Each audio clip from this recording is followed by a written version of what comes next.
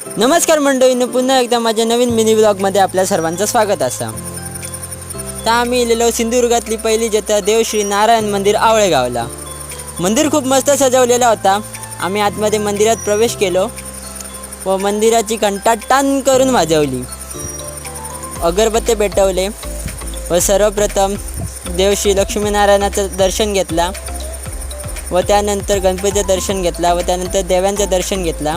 बाहेर येऊन अगरबत्ती स्टँडवर अगरबत्ती लावले. प्रबोधिनी एकादशी असल्यामुळे विठ्ठल रखुमाई मंदिरात माणूस जाम जमला होता. आम्ही विठ्ठल रखुमाई मंदिरात गेलो.